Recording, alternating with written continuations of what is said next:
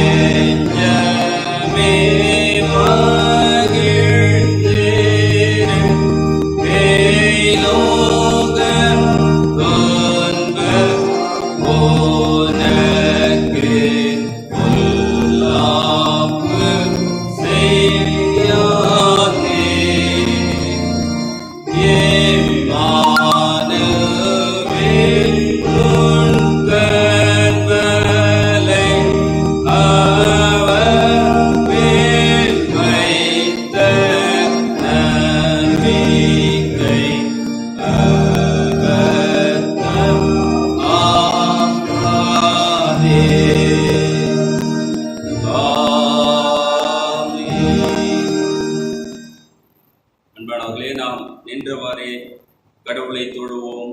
இரண்டாம் ஆராதனை முறைமை. கடவுள் ஆவியாயிருக்கிறார்.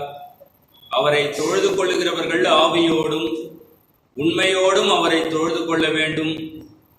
நம்முடைய பிதாவாகிய கடவுளாலும் கர்த்தராகிய இயேசு கிறிஸ்துவினாலும் உங்களுக்கு கிருபையும் சமாதானமும் உண்டாவதாக.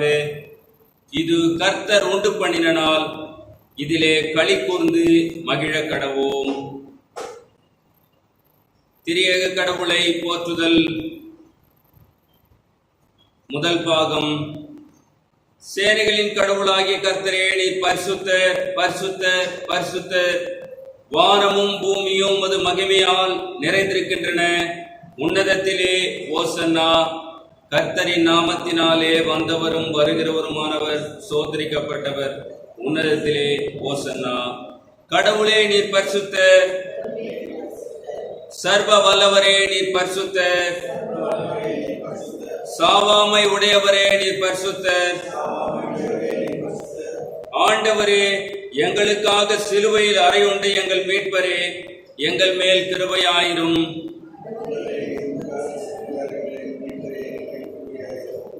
பரிசுத்த ஆவியாகிய ஆண்டவரே, எங்கள் மேல் கிருபையாயிரும். ஆண்டவரே, எங்கள் மேல் கிருபையாயிரும். ஆண்டவரே, எங்கள் ஜெபங்களையும் ஆராதனையும் ஏற்றுக்கொண்டு எங்கள் மேல் கிருபையாயிரும். ஆண்டவரே, எங்கள் மேல் மனதுருகி எங்கள் மேல் கிருபையாயிரும். அன்பானவர்களே, நாம் நமது பாவங்களை அறிக்கை செய்வோம். நமக்கு பாவமில்லை என்போமானால் நம்மை நாமே வஞ்சிக்கிறவர்களாவோம். நமக்குள் உண்மை இல்லை. நமது பாவங்களை அறிக்கையிட்டால் பாவங்களை நமக்கு மன்னித்து எவ்வித அநீதமும் நீங்க நம்மை சுத்திகரிப்பதற்கு அவர் நம்பத்தக்கவரும் நீதியும் உள்ளவர். நான் எழுந்து என் தகப்பனிடத்திற்கு போய், தகப்பனே, பரத்துக்கு விரோதமாகவும் உமது பார்வையிலும் பாவம் செய்தேன். இனி உம்முடைய மகன் என்று சொல்லப்படுவதற்கு நான் பாத்திரனல்லன். உம்முடைய கூலிக்காரரில் ஒருவனாக என்னும் வைத்துக் கொள்ளும் என்பேன். நாம் முழங்காற்படியிட்டவர்களாக ஆண்டவர் சமூகத்தில் ஜெப நிலையிலே இருந்து நம்மை தாழ்த்தி ஒப்புக் கொடுப்போம். கடவுளுக்கு எதிராக, சக மனிதர்களுக்கு எதிராக செய்த தப்பிதங்கள், பாவங்கள், மீறுதல்களை மனத்தாழ்மையாய் அறிக்கை செய்வோம்.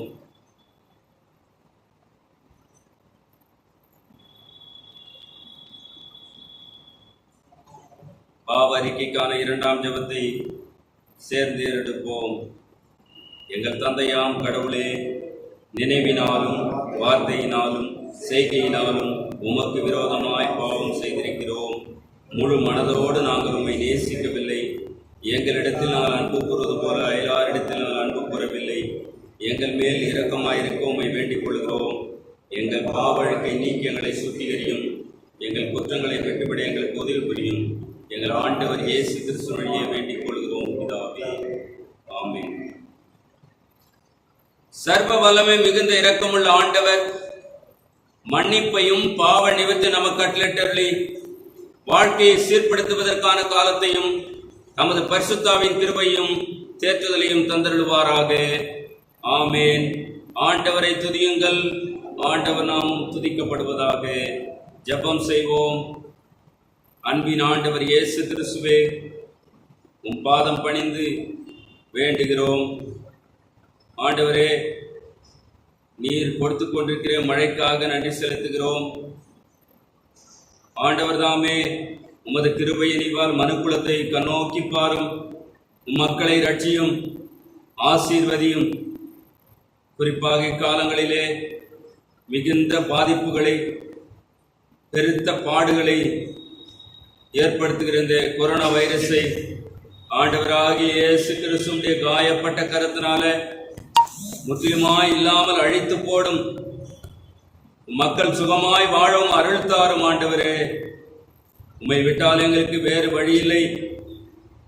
ஆண்டவர் இயேசுவே, நீர் மனமிரங்கும். உலகத்தை மீண்டுமாய் புதுப்பியும் ரட்சிப்பியும். ஆண்டவருடைய கரத்தினால இந்த கொரோனா தொற்று முற்றிலுமாய் ஒழிந்து போகும் அருள்தார். மக்கள் எல்லாம் சுகமாய் வாழ எப்போதும் போல உலக ஓட்டம் சீர்பட நீர் கிருபைத்தார். இந்த வேளையிலும் கூட காணொளி வழியாக மக்களாக உமது திருச்சபை குடும்பங்களாக ஆங்காங்கே இருந்து ஆராதனையில பங்கேற்கிற உமது பிள்ளைகள் ஒவ்வொருவரோடும் தங்கியிரும் நீர் ஆசீர்வதியும். இந்த ஆராதனை நிறைவாக்கும். எங்களை தாழ்த்துகிறோம், நீரே வழிநடத்தும். இயேசு கிறிஸ்துவின் பாதம் பணிந்து வேண்டிக் கொள்கிறோம் அன்பு நிறைந்த ஆண்டவரே, ஆமேன். அமர்வோம். அன்பானவர்களே, இந்த ஆராதனைக்கான வேத பாடங்கள் முதலாவது சங்கீதம், அதைத் தொடர்ந்து மற்ற வேத பாடங்கள்.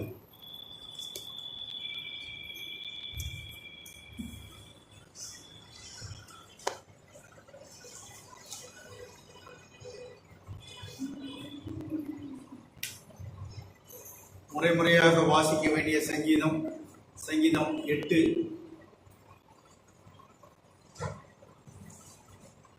சங்கீதம் 8. எங்கள் ஆண்டவராகிய கர்த்தாவே, உம்முடைய நாமம் பூமி எங்கும் எவ்வளவு மேன்மையுள்ளதாயிருக்கிறது. உம்முடைய மகத்துவத்தை வானங்களுக்கு மேலாக வைத்தீர்.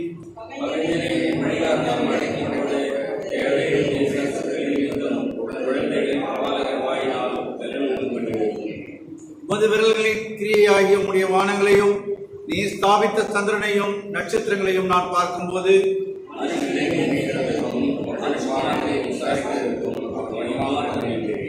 நீர் அவனை தேவதூதர்களும் சற்று சிறியவனாக்கினீர்.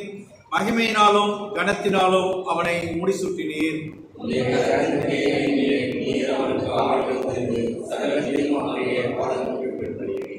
ஆடு மாடுகள் எல்லாவற்றையும் காட்டு மிருகங்களையும்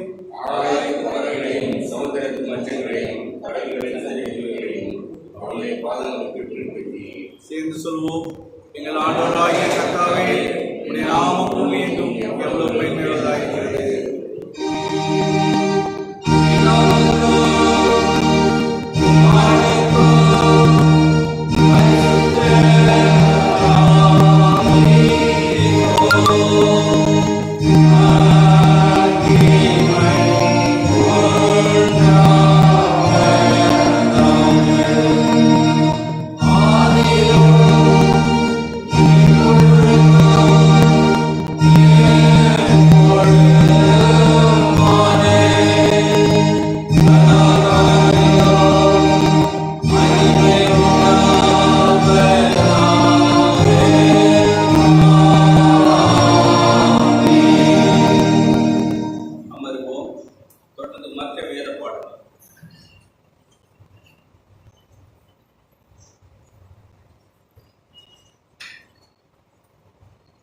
வாசிப்பிற்காக தெரிந்துகொள்ளப்பட்ட முதலாம் வேறுபாடு பகுதி 2 ராஜாக்கள் புத்தகம் 5ஆம் அதிகாரம் 1 முதல் 4 வசனங்கள்.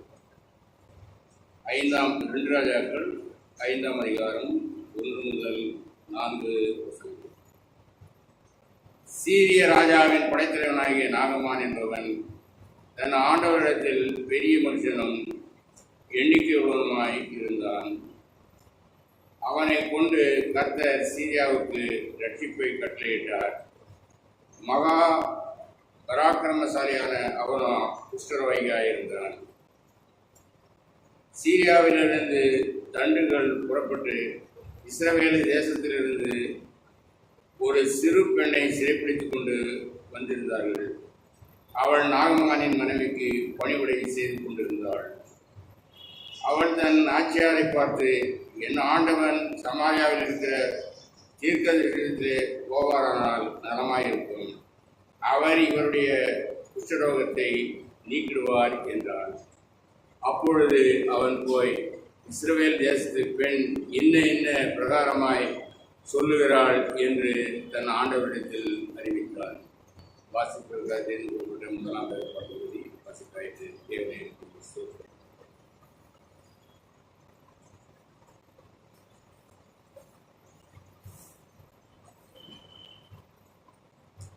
இரண்டாம் திருமறை பாடம். அப்போஸ்தலர் 12ஆம் அதிகாரம் வசனங்கள் 11 தொடங்கி 17 முடிய. அப்போஸ்தலர் 12ஆம் அதிகாரம் வசனங்கள் 11 தொடங்கி 17 முடிய.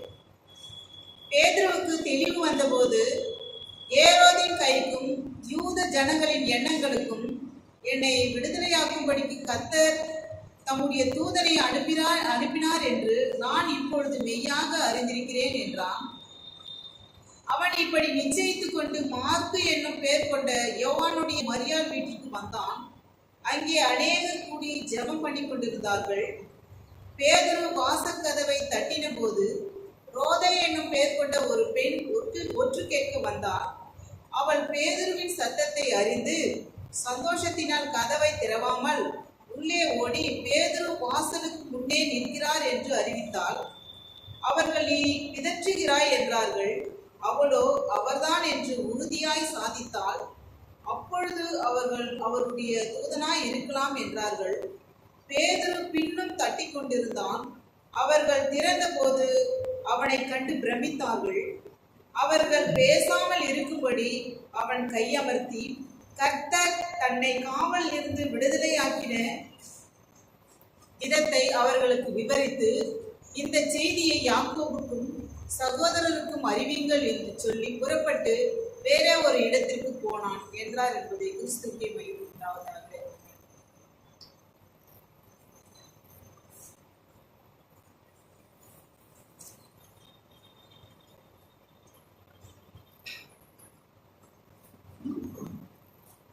வாசிக்க வேண்டிய சுவிசேஷ பாடம் மார்க்கு 5ஆம் அதிகாரம் வசனங்கள் 21 முதல் 24 முடிய. மார்க்கு 5ஆம் அதிகாரம் வசனங்கள் 21 முதல் 24 வரை. இயேசு படவில் ஏறி மறுபடியும் இக்கரைக்கு வந்து கடலோரத்தில் இருந்தபோது திரளான ஜனங்கள் அவரிடத்தில் கூடி வந்தார்கள். அப்பொழுது ஜெபாலய தலைவரில் ஒருவனாகிய யவீரு என்பவர் வந்து அவரை கண்டவுடனே அவர் பாதத்திலே விழுந்து, என் குமாரத்தி மரண அவஸ்தைப்படுகிறாள், அவள் ஆரோக்கியம் அடையும்படிக்கு நீர் வந்து அவள் மேல் உமது கைகளை வையும், அப்பொழுது பிழைப்பாள் என்று அவரை மிகவும் வேண்டிக் கொண்டார். அவர் அவனோடே கூட போனார். திரளான ஜனங்கள் அவருக்கு பின் சென்று அவரை நெருக்கினார்கள். வாசிக்க வேண்டிய சுவிசேஷ பாடம் வாசித்தாயிட்டு. கிறிஸ்துவே உங்களுக்கு மகிமை உண்டாவதாக. அமர்வோம்.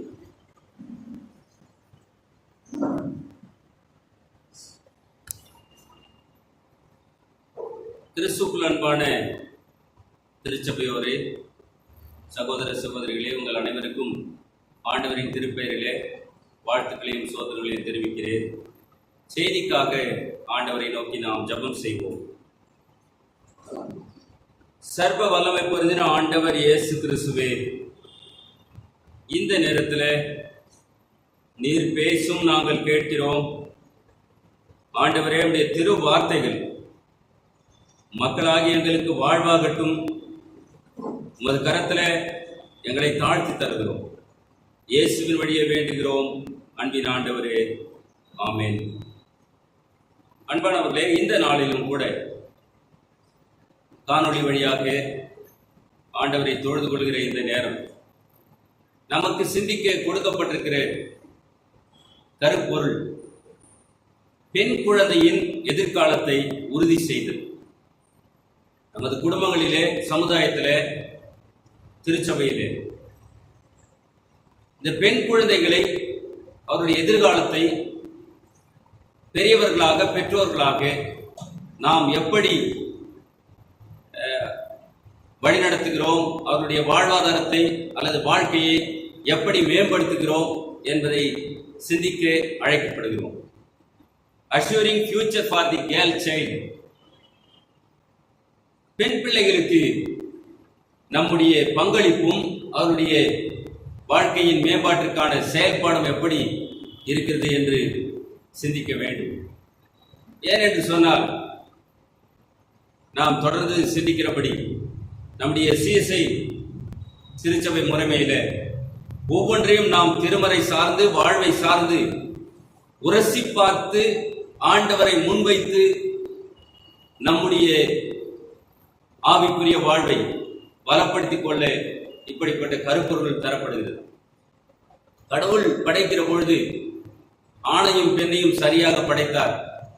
ஆனால் ஏனோ இச்சமூகம் ஆண்களை ஒரு விதமாக, பெண்களை ஒரு விதமாக, குடும்பங்களிலே ஆண் குழந்தைகள் ஒரு விதமாக, பெண் குழந்தைகள் ஒரு விதமாக பார்க்கிற நடத்துகிற நிலைமை. ஆனா இப்ப கொஞ்சம் மாறிக்கொண்டு வருகிறது.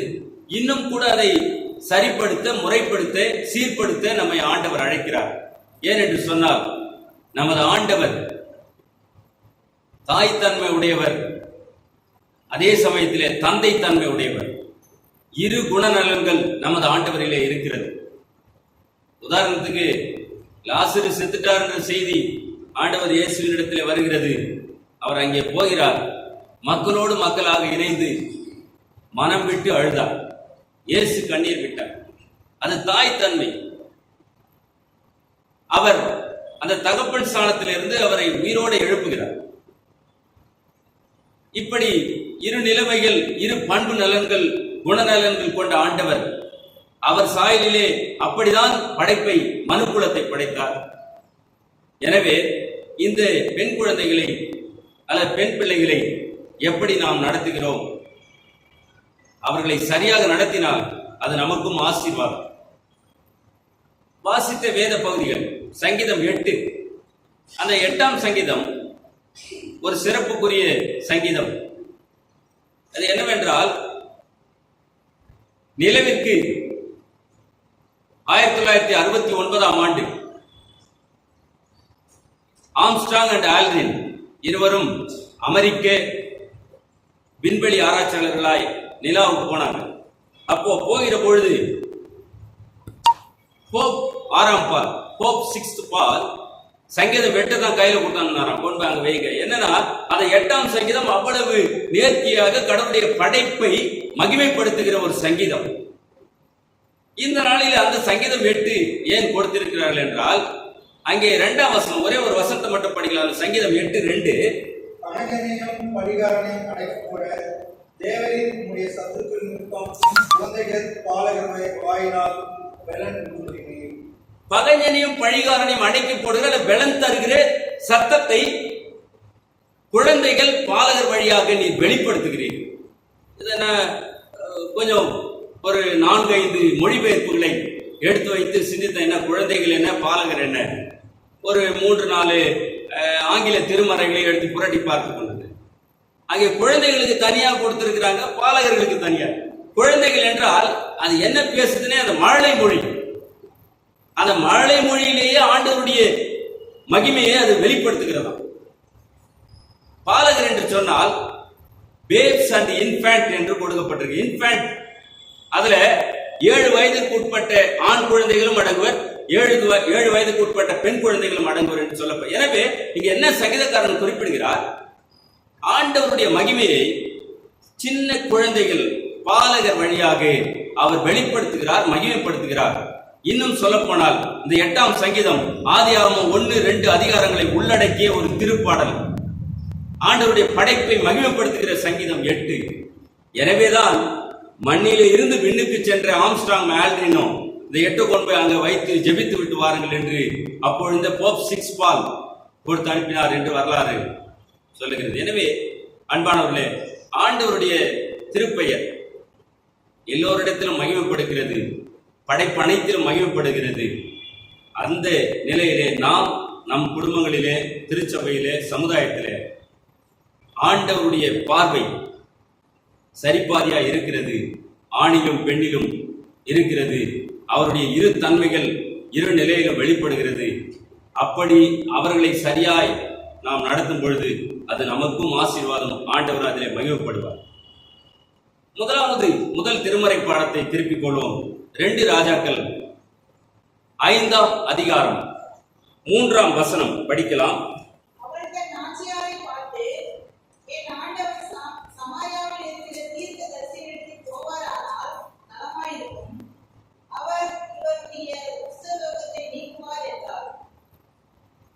சீரிய படை இஸ்ரவேல் மீது படையெடுத்து அங்கே ஒரு சிறு பெண்ணையும் சிறைப்பிடித்து வருகிறார்கள். அந்த சின்ன பெண் நாகமான், சீரிய ராணுவத்திலே ஒரு பெரிய படை தளபதி. அவங்க வீட்டில் வேலை செய்கிறார் அந்த சின்ன பொண்ணு. அந்த சிறு பெண் ஒரு செய்தியை சொல்கிறார். ஆண்டவர் இந்த நாளிலே நமக்கு கொடுக்கிற முதல் குறிப்பு, சரியானதை சொல்லுங்கள். இன்னைக்கு தேவையற்றதை சரியான இடத்திலும் சரியானதை தேவையில்லாத இடத்திலும் சொல்லிக் கொண்டிருக்கிற நிலைமை. அதனால ஒரு விதமான முரண்பாடு, சிக்கல்கள் ஏற்படுகிறது. சரியான நேரத்தில் சரியான இடத்தில் சரியானதை சொல்லுங்கள் என்று ஆண்டவர் நம்மை அழைக்கிறார். இப்படிதான் இந்த சிறு பெண் நாகமான் வீட்டிலே சீரிய படையின் மிகப்பெரிய பராக்கிரமசாலி அவர் வழியா தான் மிகப்பெரிய வெற்றி சீரிய படை கிடைத்தது. ஆனால் அவனுக்கு குஷ்டரோகம். அந்த குஷ்டரோகம் நீங்க வேண்டுமானால் அங்கே ஒரு சிறு பெண்ணாக சென்றிருக்கிற இஸ்ரவேலிலிருந்து சென்ற பெண் சரியானதை தனது நாச்சியாரிடம் சொல்லுகிறார். நாகமான் மனைவியிடத்தில் சொல்லுகிறார். இஸ்ரவேல் தேசத்திற்கு சென்றால், சமாரியாவுக்கு போனால் அங்கே நாகமானுக்கு சுகம் கிடைக்கும். அவருக்கு குஷ்டம், அதனால மிகுந்த கஷ்டம். ஆண்டவருடைய வார்த்தை கேட்டு சென்றால் அவருக்கு மிகப்பெரிய விடுதலையை ஆண்டவர் நிச்சயம் தருவார் என்கிற சரியான செய்தி அந்த சிறு பெண் சொல்லுகிறார். அன்பானவர்களே, யோசிக்கலாம், இன்றைக்கு நம் வாழ்விலே ஆண்டவரை எந்த அளவுக்கு புரிந்திருக்கிறோம்? ஆண்டவருடைய வார்த்தையை, ஆண்டவருடைய ரட்சிப்பை கண்டுகொண்டு இறை மக்கள், ஊழியர்கள் சரியானதை நமக்கு சொல்லித் தந்தார்கள், கற்றுக் கொடுத்தார்கள். ரட்சிப்பை பெற்றுக்கொண்ட நாம், கற்றுக்கொண்ட நாம் நிறைவை, ஆசீர்வாதத்தை கண்டுகொண்டிருக்கிற, ஒவ்வொரு நாளும் வழிநடத்துகிற ஆண்டவருடைய சத்தியத்தை, இந்த ரட்சிப்பை, நற்செய்தியை எப்படி சொல்லுகிறோம்? அது சின்ன பொண்ணு யோசிச்சிருக்கலாம், நாமளே கஷ்டத்தோட போயிருக்கிறோம், அடிமையா புருஷன் போய்க்கிறாங்க. அடிமை வேலைன்னா நமக்கு தெரியும், அவங்க என்ன சொன்னாலும் செய்யணும். அப்படி இருக்கிறோம், அவன் பொழைச்சா என்ன, செத்தா என்ன, போட்டோம் என்று அல்ல, மாறாக தனக்கு நஷ்டத்தை, கஷ்டத்தை கொடுத்த நாகமா அந்த சீரிய படை சுகம் கிடைக்க வேண்டும் என்ற மகிழ்ச்சியோடு அங்க போன சுகம் கிடைக்கும் என்ற நல்ல செய்தியை இந்த சிறு பெண் சொல்லுகிறார். அங்கே சென்று அவர் சுகமடைந்து திரும்புகிறார். எனவே இந்த நாளிலே சரியானதை சொல்ல நாம் அழைக்கப்படுகிறோம். இரண்டாவதாக அப்போஸ்தலர் நடபடிகள் 12ஆம் அதிகாரத்தை திருப்புவோம்.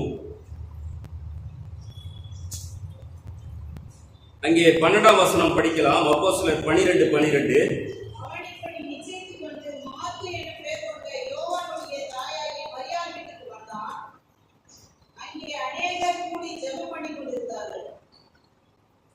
இங்க என்ன நடக்குது? பேதுரு அடிகளார், பேதுரு சீடர் சிறைப்பிடிக்கப்பட்டிருக்கிறார், ஜெயில இருக்கிறார். அதுக்காக என்ன பண்றாங்க? திருச்சபையார் யோவானின் தாயாகிய மரியாள் வீட்டில் என்ன பண்ணுகிறாங்க? ஜெபம் செய்து கொண்டிருக்கிறார்கள். முதலாவது சரியானதை சொல்லுங்கள், இரண்டாவது சரியானதை செய்யுங்கள். என்ன பண்றதுன்றே தெரியல. நிறைய நேரங்கள் ஏதோ சிலர்லாம் ஜெபம் செய்வதை கருத்தாய் ஜெபிக்க வேண்டும். உதாரணத்துக்கு நம் குடும்பங்கள்ல சின்ன பிள்ளைங்க இருந்தா கண்டிப்பா எங்க அப்பா வாங்கி கொடுப்பாரு என்று அது விடாப்படியா வந்து நிற்கிறது. எங்க அம்மா வாங்கி கொடுப்பாங்க, என் வீட்டுல கிடைக்கும். அது ஏனோதானோ என்று கேட்பதில்லை. இது ஒரு சின்ன, அதுக்குதான் ஏசாமி சொன்னாரு, உன் பிள்ளை உங்ககிட்ட வந்து மீனை கேட்டால் பாம்பை கொடுப்பியா, அப்பத்தை கேட்டா கல்ல கொடுப்பியா? நீயே உன் பிள்ளைக்கு தேவையானதை கொடுக்க வேண்டும் என்று அறிந்திருக்கிறாயே. பரம தகப்பனாகிய நான், எல்லாவற்றையும் படைத்து பராமரித்து பாதுகாக்கிற தெய்வமாகிய நான் உனக்கு தேவையானதை கொடுப்பது அதிக நிச்சயம் அல்லவா? எனவே முறையானதை, சரியானதை கேளுங்கள். என்ன சொல்லப்படுகிறது அப்போஸ்தலர்ல? சரியானதை செய்யுங்கள். ஜெபம் பண்ணுகிறாங்க. எதுக்காக ஜெபம் பண்ணுகிறாங்க? பேதுரு சிறையில் அடைக்கப்பட்டிருக்கிறார், அவர் விடுதலையாகணும் ஜெபம் பண்ணுகிறாங்க. ஆனா இங்க என்ன நடக்குது? கதவு தட்டுறாங்க யாரோ. ஓடி போய் ரோதை என்கிற ஒரு சிறு பெண் பார்த்து கேட்கிறாங்க, கதவு கிட்ட காது வச்சு. பேதுரு சத்தம் கேட்குது, நான் தான் வந்திருக்கிறேன், கதவு தரங்க. பேதுருடைய குரலை கேட்டு உள்ள ஓடி போய் ஜெபம் பண்ணுகிறவங்க சொல்ற அந்த பொண்ணு, நம்ம ஐயா தான் வந்திருக்காரு பேதுரு. அப்போ என்ன சொல்றாங்க அவங்க பாருங்க, அந்த 15ஆம் வசனம். அவர்கள் நீ பிதற்றுகிறாய், அதாவது நீ வளர்ற பைத்தியம் அவனுக்கு. அவளோ அவர்தான் என்று உறுதியாய் சாதித்தாள். அப்பொழுது அவர்கள் அவருடைய புதனாய் இருக்கலாம் என்றார்கள். அன்பானவர்களே, நம்முடைய ஜெபம் எப்படி இருக்கிறது? ஆண்டவர் நம்மிலே எதிர்பார்ப்பது நாளில் சரியானதை செய்யுங்கள், முறையானதை செய்யுங்க. ஜெபம் பண்ணுவதில் கருத்து இருக்க வேண்டும். ஒரு இறையியலாளர் சொல்லுகிறார், நம்முடைய ஜெபங்கள் பின் பாயிண்டா இருக்கணும், இலக்கை அடைகிற ஜெபமா இருக்க வேண்டும். ஏதோ வானத்திலே சிலம்பம் பண்ணுவது போல ஏதோ அப்படியே இல்ல, மாறாக நம்முடைய ஜெபம் ஆண்டவரை நோக்கி கருத்தான ஜெபமாய், உருக்கமான ஜெபமாய், ஆண்டவர் நிச்சயம் தருவார் என்கிற ஜெபமாய் நீங்கள் சரியானதை செய்யுங்கள் என்று ஆண்டவர் நம்மிலே வார்த்தையை சொல்லுகிறார். இங்க அதுதான் ஜெபம் பண்ணுகிறாங்க, சுத்தமாக வேண்டும், அவரும் விடுதலையாகி வந்துவிட்டார். ரோதை என்கிற பெண் அதை ஒற்று கேட்டு பேதரு தான் நிற்கிறார் கதவாண்ட. ஆனா அவங்களுக்கு நம்பிக்கை இல்லை. அப்போ அவருடைய ஜெபம் எப்படிப்பட்ட ஜெபம்?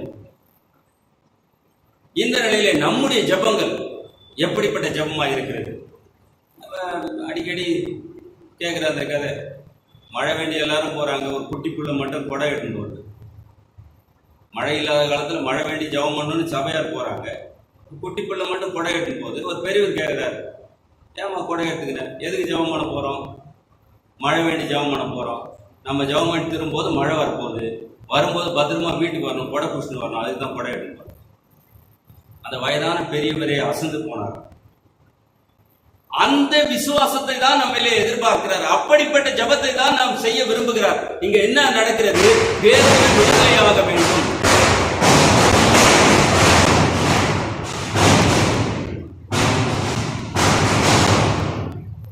பேதுரு விடுதலையாக வேண்டும் என்று கூடி ஜெபிக்கிறார்கள். ஆண்டவர் அந்த சத்தத்தை கேட்கிறார். அந்த பகுதி அப்போஸ்தலர் 12ஆம் அதிகாரத்தில் தொடங்கி அந்த நிகழ்ச்சி நேர்த்தியாய் போய்கொண்டிருக்கிறது. விடுதலையை கொடுத்த பேதுரு கதவை தட்டுறாரு. இல்ல இல்ல, நீ ஏதோ வளர்ற. ரெண்டாவது என்ன சொல்றாங்க? அவரு இருக்காது, அவருடைய தூதனா இருக்கலாம். அப்பொழுது பேதுருவே உள்ளே அவர்களை பார்க்கிறார். அந்த 17ஆம் வசனம் பாருங்க.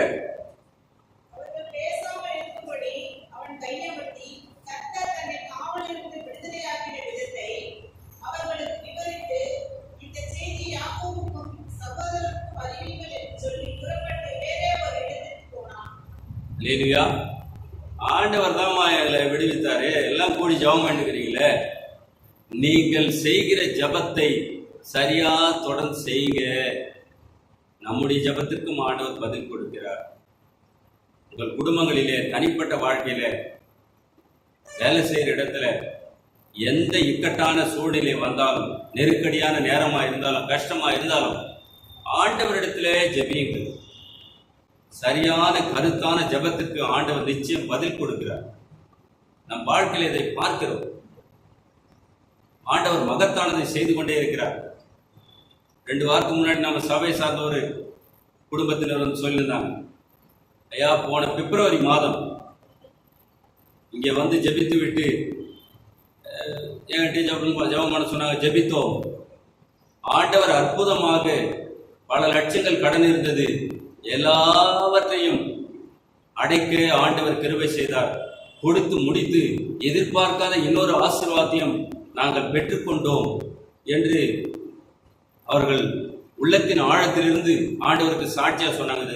சாட்சியா சொல்ல வேண்டியது ஐயா. இன்னொரு குடும்பமும் சொன்னாங்க, நாங்க ஒரு பிரேயர் மீட்டிங்கே வைக்கணும் ஐயா, சாட்சி சொல்லும்படியாக ஆண்டவர் எங்கள் வாழ்க்கையில செய்தது. நமது ஆண்டவர் மாறாதவர். மனிதன் மறந்து போகலாம், மாறி போகலாம், ஆனால் நமது ஆண்டவர் இயேசு கிறிஸ்து சர்வ வல்லமை பொருந்தினவர். நம் ஜெபங்களுக்கு எல்லாம் பதில் கொடுக்கிறார். அல்லேலூயா. அவரிடத்துல பாரபட்சம் கிடையாது. யாரா இருந்தாலும் உண்மையாய் விசுவாசத்தோடு அவரிடத்திலே கேட்கிற ஜெபிக்கிற மக்களுக்கு மனம் இறங்குகிற தெய்வம், விடுதலை கொடுக்கிற ஆண்டவர் அவர்தான் இயேசு. அவராலே எல்லாம் கூடும். எனவே இரண்டாவது, ஆண்டவர் சரியானதை செய்யுங்கள். இங்கேயும் ஒரு சிறு பெண் செயல்படுகிறார். பழைய ஏற்பாட்டிலும் ஒரு சிறு பெண் செயல்படுகிறார். ஒரு படைத்தளபதிக்கு குஷ்டரோகத்திலிருந்து விடுதலை. இங்கேயும் ஒரு சிறு பெண் செயல்படுகிறார். ஜெபித்துக் கொண்டிருக்கிற வேளையில இந்த நல்ல செய்தியை சொல்லுகிறார். பேதுரு விடுதலை அடைந்து விட்டார். மூன்றாவது, சரியானதை கேளுங்கள்.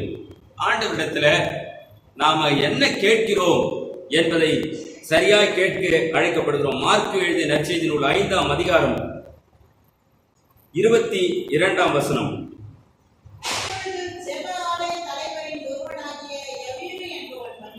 யவீரு ஆண்டவரிடத்திலே வந்து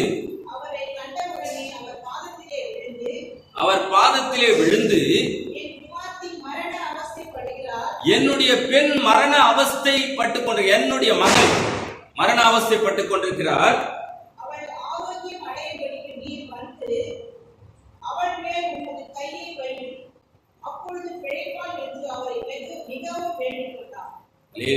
ஜெப ஆலய தலைவன் யவீரு தனது மகள் மரண அவஸ்தைப்பட்டுக் கொண்டு ஒரு நிகழ்ச்சியும் அங்கே தொடர்ந்து போய்கொண்டே இருக்கிறது. என்ன ஆண்டவர் இயேசு அதற்குள்ள இன்னொரு அற்புதம். அதனால கொஞ்சம் காலம் தாமதமாகிறது இயேசாமி வீட்டுக்கு போறதுக்கு. அதுக்குள்ள அவங்க வீட்டுல தகவல் வந்து யவீருக்கு, ஏப்பா ஏன்பா போதகரை துன்பப்படுத்திங்கிற, ரொம்ப வற்புறுத்தினுங்கிற, உன் மக செத்து போனான். அப்பொழுது ஆண்டவர் சொல்லுகிற வார்த்தை, யவீருவே, சரியான நேரத்தில் சரியான ஜெபத்தை வைத்திருக்கிறாய், சரியாய் கேட்டிருக்கிறாய். உன் மகள் நிச்சயம் உயிர் பெறுவார். அவ சாகல, நித்திரையா இருக்கிறாள். நீ விசுவாசம் உள்ளவனாயிருந்து வீட்டுக்கு போய் மரித்த சிறு பெண்ணை உயிரோடு எழுப்புகிறார். இந்த நாட்களிலே இந்த பெண் குழந்தைகள், இந்த நாளிலும் கூட மதுரை உசிலம்பட்டி பகுதியில் சிசு கொலை, பெண் குழந்தைனா கொண்டுடுறாங்க. ஆனால் ஆண்டவர் தமது பார்வையில சரியாக படைத்த ஆண்டவர் அவருடைய திருப்பெயர் மாற்றி அடையும்படியாக அவர்களை நல்வழிப்படுத்த, மேம்படுத்த, அவர்கள் வாழ்க்கை முன்னேற நம்மை அவர்களுக்கு உகந்த பெற்றோராக, பெரியவர்களாக செயல்படவே அழைக்கிறார். அதான் இங்க சொல்றாரு, சரியானதை கேளுங்க. ஒருவேளை யவீரு யோசிச்சிருக்கலாம், பெண் பிள்ளை தானே போன போது. ஆனால் ஜெபாலய தலைவனாகிய யவீருவுக்கு ஒரு கரிசனை, என் மகள் எப்படியும் சுகம் பெற வேண்டும், எனவே நான் ஆண்டவரிடத்திலே போக வேண்டும், அவரிடத்திலே கேட்க வேண்டும், கேட்கும் பொழுது நான் பெற்றுக்கொள்வேன் என் விசுவாசத்தோடு போய் ஆண்டவரிடத்திலே வேண்டுகிறார், கேட்கிறார். ஆண்டவர் அவருடைய வீட்டிற்கு சென்று மரித்து போன நிலையில் இருந்த சிறு பெண்ணாகிய யவீருவின் மகளை சுகம் பெற செய்கிறார். அந்த இயேசு கிறிஸ்து, அந்த ஆண்டவர் நம்மோடு இருக்கிறார். அன்பானவர்களே, நாம் சிந்திப்போம்.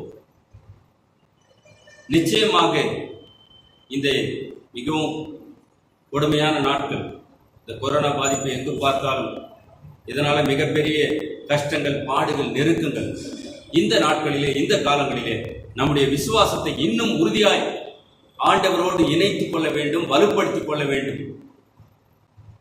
வலுப்படுத்திக் கொண்டு அவர் சமூகத்திலே சரியானதை, அவருடைய வார்த்தைகளை, அவருடைய வல்லமையை பிறருக்கு சரியானதை சொல்ல வேண்டும், சரியானதை செய்ய வேண்டும், சரியானதை நாம் கேட்க வேண்டும். அப்பொழுது நம்முடைய வாழ்க்கையில் இன்னும் மென்மேலும் நிறைவை காண ஆண்டவர் கிருபை செய்வார், ஆசீர்வதிப்பார். கொஞ்சமும் இதுல சந்தேகமே வேண்டாம். அந்த இயேசு கிறிஸ்து நம்மோடு இருக்கிறார். அவரை பற்றி கொள்வோம், அவர் சமூகத்தில் காத்திருப்போம். நிச்சயம் மேலானது செய்வார். ஒன்றை மீண்டும் நாம் மனதிலே வைத்துக் கொள்வோம்.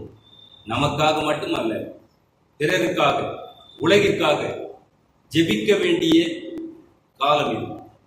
எல்லாருக்காகவும் ஜெபம் பண்ணலாம். இந்த உலகமே மீண்டும் ரட்சிப்படைய வேண்டும். எல்லா நாடுகளும், பெரிய பெரிய விஞ்ஞானிகளும், பெரிய பெரிய ஆராய்ச்சியாளர்களும் இந்த கொரோனா வைரஸுக்கு மருந்துகளை கண்டுபிடிக்க வேண்டும், இதிலிருந்து மக்களை காப்பாற்ற வேண்டும், விடுவிக்க வேண்டும் என்று போராடி கொண்டிருக்கிற சூழலிலே ஆண்டவருடைய வார்த்தை செயல்பட, அவருடைய வல்லமை வெளிப்பட நாம் அவரிடத்தில் ஜெபிக்க அழைக்கப்படுகிறோம். எனவே ஜெபிப்போம், ஜெயம் பெறுவோம், சரியானதை மற்றவர்களுக்கு சொல்லுவோம், சரியானதை செய்வோம். ஆண்டவர் சமூகத்திலே சரியானதை கேட்போம். ஆண்டவர் நிச்சயம் நம்மை ஆசீர்வதிப்பார்.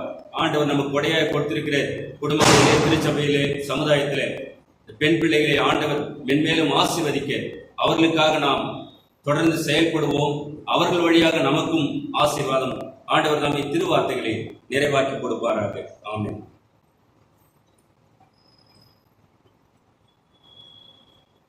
நாம் அனைவரும் எழுந்து இணைந்து அப்போஸ்தலருடைய விசுவாச பிரமாணத்தை சேர்ந்து ஏறெடுப்போம். வானத்தையும் பூமியும் படைத்த சர்வ வல்லமுள்ள பிதாவாகிய தேவனை விசுவாசிக்கிறேன். அவருடைய ஒரே குமாரனாகி நம் ஆதர் இயேசு கிறிஸ்துவை விசுவாசிக்கிறேன். அவர் பரிசுத்த ஆவியினாலே கன்னிமரியாளுக்கு உட்பவித்து பிறந்தார். பொந்திய பிலாத்துவின் காலத்தில் பாடுபட்டு சிலுவையில் அறையுண்டு மரித்து அடக்கம் பண்ணப்பட்டு பாதாளத்தில் இறங்கினார். 3ஆம் நாள் மரித்து எழுந்தருளினார். பரமண்டலத்துக்கேறி சர்வ வல்லமுள்ள பிதாவாகிய தேவனுடைய வலது பார்சத்தில் வீற்றிருக்கிறார். அவ்விடத்திலிருந்து உயிருள்ளோரையும் மரித்தோரையும் நியாயம் தீர்க்க வருவார். பரிசுத்த ஆவியை விசுவாசிக்கிறேன். பொதுவாயிருக்கிற பரிசுத்த சபையும் பரிசுத்தவானுடைய ஐக்கியமும் பாவ மன்னிப்பும் சரீரம் உயிர்த்தெழுதலும் நித்திய ஜீவனுடன் விசுவாசிக்கிறேன். ஆமென். தொடர்ந்து நாம் நின்றபடியே கிறிஸ்துவ கீர்த்தனையில 69வது பாடல், பழைய புத்தகத்தில் 77வது பாடல், என்னை என் ஆனந்தம் என்னை என் ஆனந்தம் சொல்லக்கூடாதே, இப்பாடலை பாடி நாம் நிறைவாக ஜெபித்து முடிக்க இருக்கிறோம். கீர்த்தனை 69.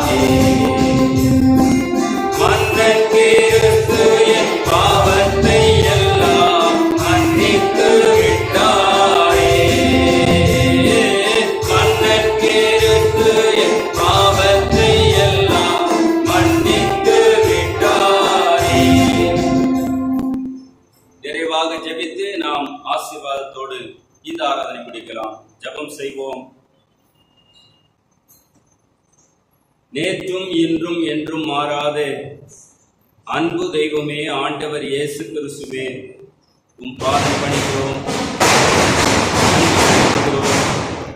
உமது கரங்களில் எங்களை தாழ்த்துகிறோம். ஆண்டவரே, நெருக்கடியான காலங்களிலே உலகத்தின் மீது காயப்பட்ட கரத்தை நீட்டும் ஐயா. அன்றைக்கு யவீர் உம்மிடத்திலே மன்றாடி நின்ற பொழுது அவர் வீட்டுக்கே சென்று மரித்த அவர் தம் பெண்ணை உயிரோடு எழுப்பின தெய்வம். ஆண்டவரே, அன்றைக்கு திருச்சபை மக்களாக கூடி ஜெபித்த பொழுது பேதுரு அடிகளாருக்கு விடுதலை கொடுத்த ஆண்டவர். ஆண்டவரே,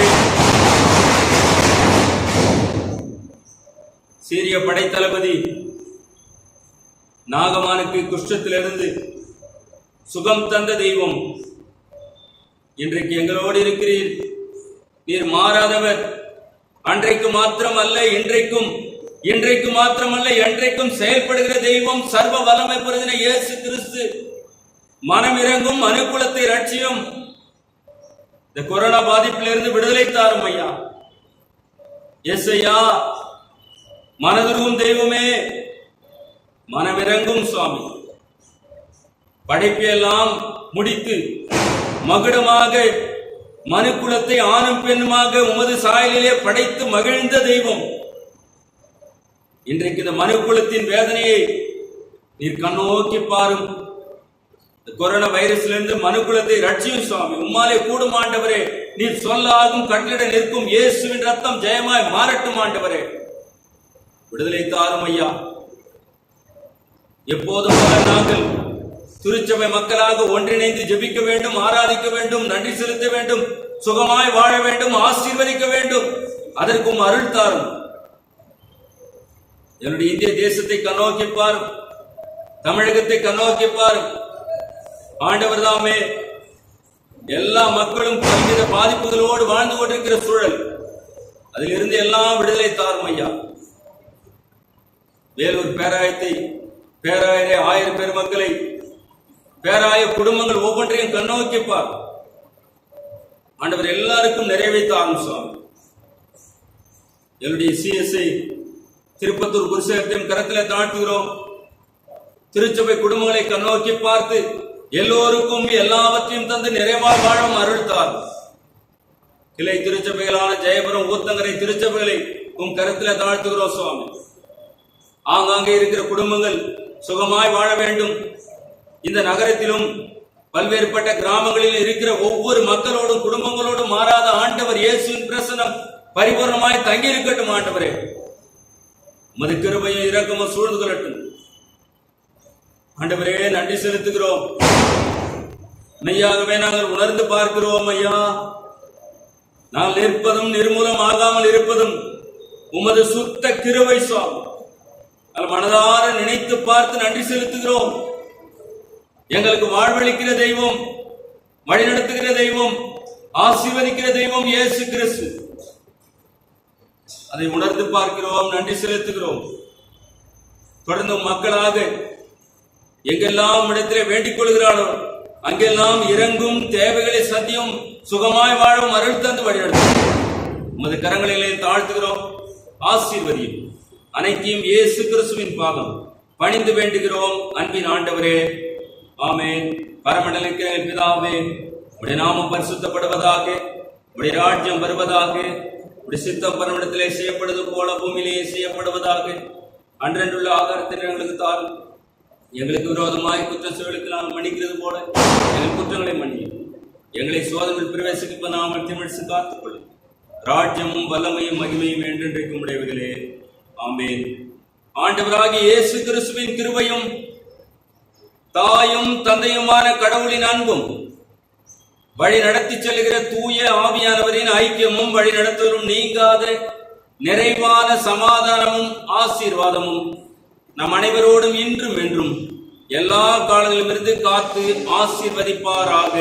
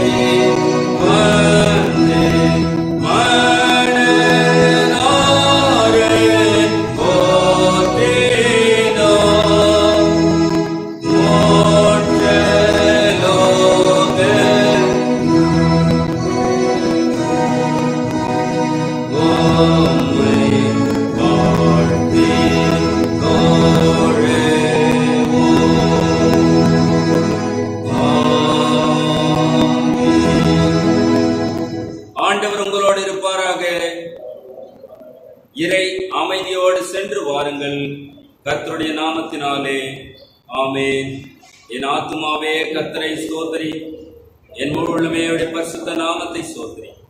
என் ஆத்துமாவே கர்த்தரை ஸ்தோத்திரி, அவர் செய்த சகல உபகாரங்களை மறவாதே. ஆமென். அனைவருக்கும் ஸ்தோத்திரம். ஆண்டவர் ஆசீர்வதிப்பாராக.